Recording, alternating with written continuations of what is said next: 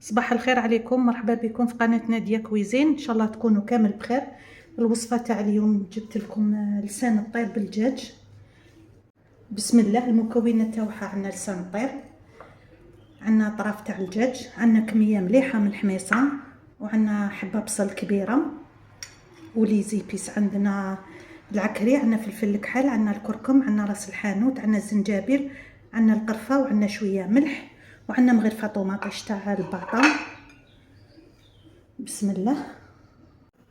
ودرت شويه زيت ومغرفه سمن في الكوكوطه هامليك. نقصلها على النار، نرمي طرف الدجاج هكذايا،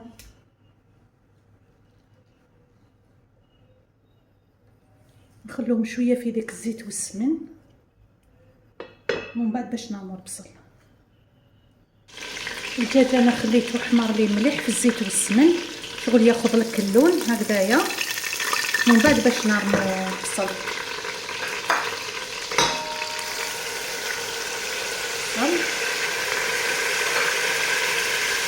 اللي ما عندهاش دراري صغار ترمي هذا. نطلق بنه مليحه ولي زيبيس،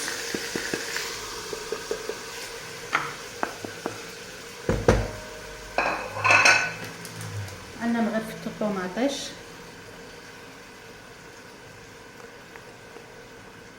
نقلو كلش كيف كيف، ونديرو الماء يسخن لين نرقو به.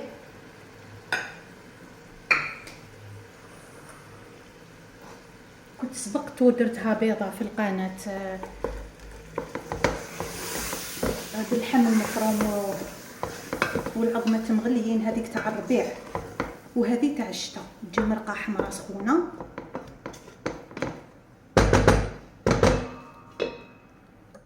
هكذا نخلوه يتقلى مليح، ومن بعد باش نمرقوه حتى يذوب لنا البصل.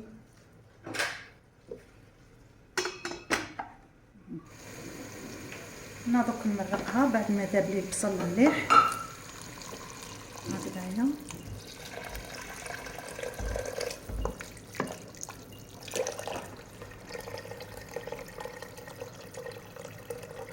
نمرقها مليح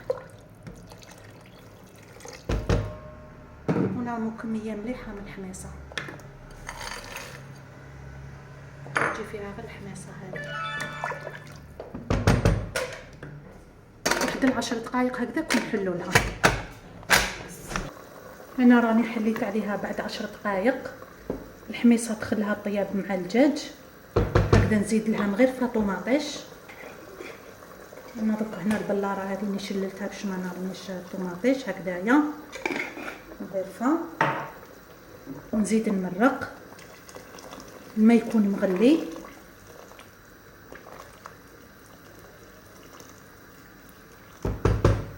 باش نرمو الكميه تاعنا تاع لسان الطير هكذايا. تسمى نتي ترمي لسان الطير على حسب الكميه تاعك تاع المرقه، هكذا ترمي وتشوفي كي تولي تبان لك خلاص، تولي تبان لك هكذايا من المرقه هكذايا.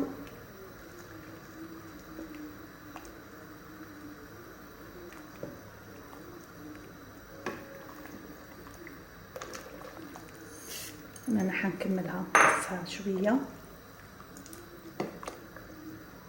هكذا، وتحركيها منين داك خاش تلصق.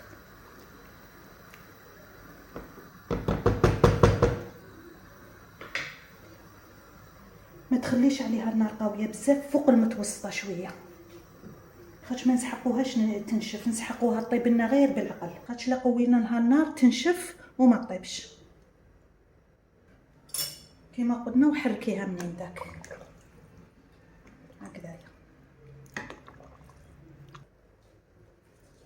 نزيد لها شويه ملح، خدت كميه مليحه من الماء.